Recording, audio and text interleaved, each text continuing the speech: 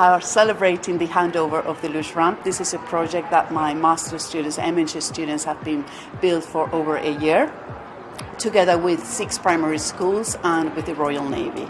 So this was a real life problem that the Royal Navy sport team needed, the luge sport team needed, and I'm happy that we just involved the children and to be able to give a solution together with the MNG students. I was having a discussion with my other Navy luge colleagues back at the early part of last year when we were unfortunately unable to travel because of COVID. Most of our training previously has all taken place in Europe, so the idea was, could we get a UK-based training facility which would enable us to do some in-house training here, particularly the ramp and the start aspect.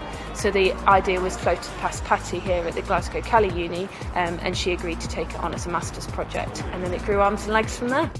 Great opportunity for the children to come along and work with universities and make that connection at a very young age, and also work and get involved in STEM careers, and actually going into high school, leaving primary school with an excitement about STEM, engineering and the sciences.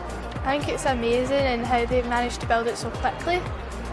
It's really cool to see it actually in action, in person, and it's fun to do all the activities that we're doing. I think it's really, really cool to be an engineer because it must be really interesting.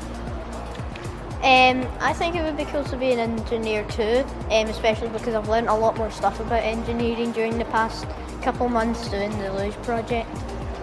It's amazing just to see that everything has come, that the outcomes is what we envision and that everyone is enjoying it, and the Royal Navy is, which are the customers in this case, that are very, very happy with what we put together.